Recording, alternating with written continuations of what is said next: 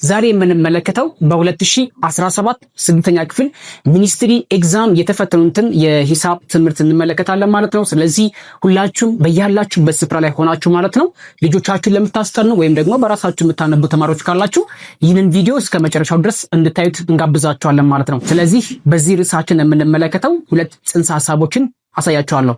የመጀመሪያው ብቸኛ ቁጥሮች እና ተተንታኝ ቁጥሮችን የሚለውን ሐሳብ እናነሳለን። ስለዚህ ለቤቱ አዲስ ከሆናችሁ ሰብስክራይብ አድርጉ፣ እንዲሁም ደግሞ ቪዲዮን ላይክ አድርጋችሁ ጀምሩት።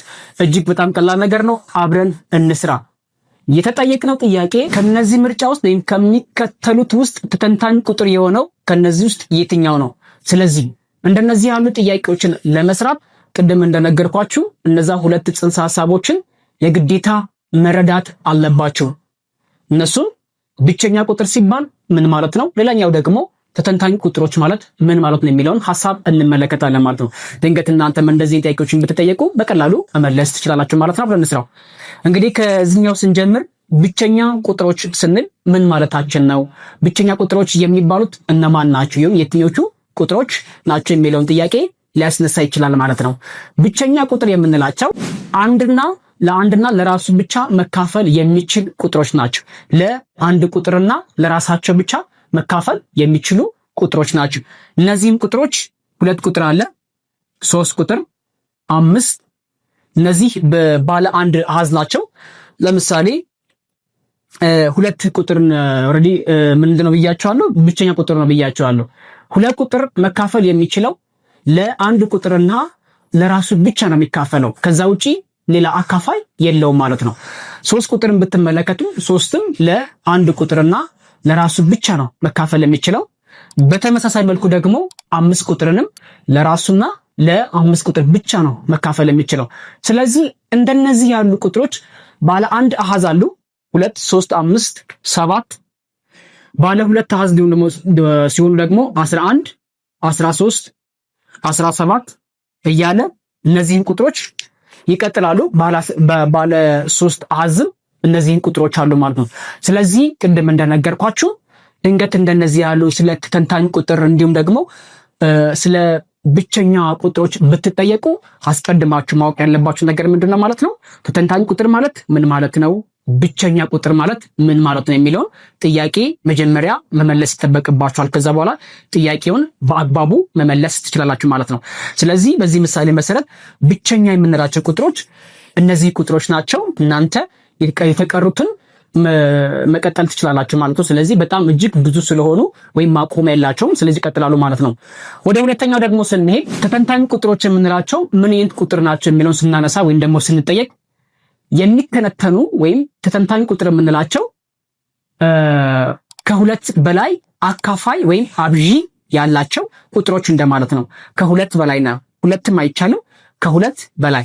ስለዚህ እነዚህ ቁጥሮች ለምሳሌ 4 ቁጥርን ብትወስዱ 4 ቁጥርን ለስንት ቁጥሮች መካፈል ይችላል? ወይም የ4 ቁጥር አብዢዎች ወይም አካፋዮች እነማን ናቸው የሚለውን ጥያቄ መመለስ አለባችሁ። 4 ቁጥር ለአንድ መካፈል ይችላል።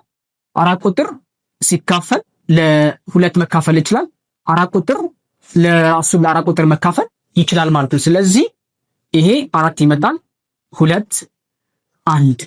ስለዚህ እዚህ ጋር እንደምንመለከተው 4 ቁጥርን በምንወስድበት ሰዓት 4 ቁጥር የሚተነተን ከሁለት በላይ አካፋዮች አሉት ማለት ነው። 4 ቁጥር አካፋዮች ወይም ደግሞ የ4 ቁጥር አብዢዎች የምንላቸው 4 2 1 ወይም 1 2 4 እነዚህ በሙሉ የ4 ቁጥር አብዢዎች ናቸው ማለት ነው።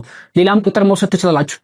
እነዚህ የሚተነተኑ ቁጥሮች ለምሳሌ 8ን ብትወስዱ የ8 አብዢዎች ብዙ ናቸው ወይም የ8 አካፋዮች ብዙ ናቸው ማለት ነው። ስለዚህ እነዚህ አሁን የነገርኳችሁ ቁጥሮች በሙሉ ከሁለት በላይ አካፋይ ካላቸው እነዚህን ቁጥሮች ተተንታኝ ቁጥር ብለን እንጠራቸዋለን ማለት ነው። ስለዚህ አሁን ሐሳቡ ወይም ደግሞ የተጠየቅነውን ጥያቄ ለመመለስ ቅድም እንደነገርኳችሁ እነዚህን ሁለት ሐሳቦች ተተንታኝ ቁጥርና ብቸኛ ቁጥሮችን ሐሳቡን ካወቃችሁ በኋላ ወደሚቀጥለው ጥያቄ ይሄድ ትችላላችሁ ማለት ነው። የሐሌታዋ ስንመለከተው ሐሌታዋ 23 ነው። 23 ቁጥር ማለት የማይተነተን ቁጥር ነው። ስለዚህ ብቸኛ ወይም ፕራይም ነምበር ብለን እንጠራዋለን። ስለዚህ እሱ የሚተነተን ቁጥር አይደለም ማለት ነው።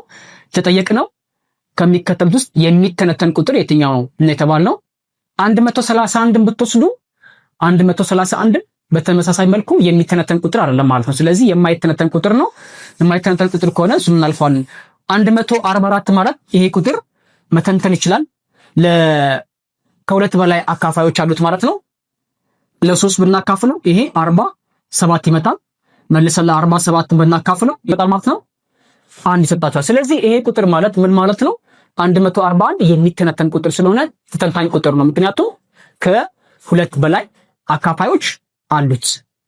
መጋ ደግሞ ስትሄዱ 29 ቁጥር ነው። ስለዚህ 29 ቁጥር ደግሞ የማይተነተን የ29 አካፋዮች ራሱ አንድ ቁጥርና ሌላ ደግሞ 29 ቁጥር ናቸው። ስለዚህ ከአንድ ቁጥርና ከ29 ቁጥር ውጪ ሌላ የሚያካፍለው ቁጥር ከሌለ ይሄ ቁጥር የማይተነተን ተተንታኝ ያልሆነ ቁጥር ነው። ስለዚህ መልሳችን ሐመሩ ሀብላችሁ ከመለሳችሁ ሁላችሁም ልክ ናችሁ ማለት ነው። ስለዚህ በዚህ ምሳሌ መሰረት እናንተም በያላችሁበት ስፍራ ላይ ሆናችሁ ለሚኒስትሪ ኤግዛም እንዲሁም ደግሞ ለጠቅላላ እውቀት ራሳችሁን በዚህ ልክ ማዘጋጀት ይጠበቅባችኋል ማለት ነው።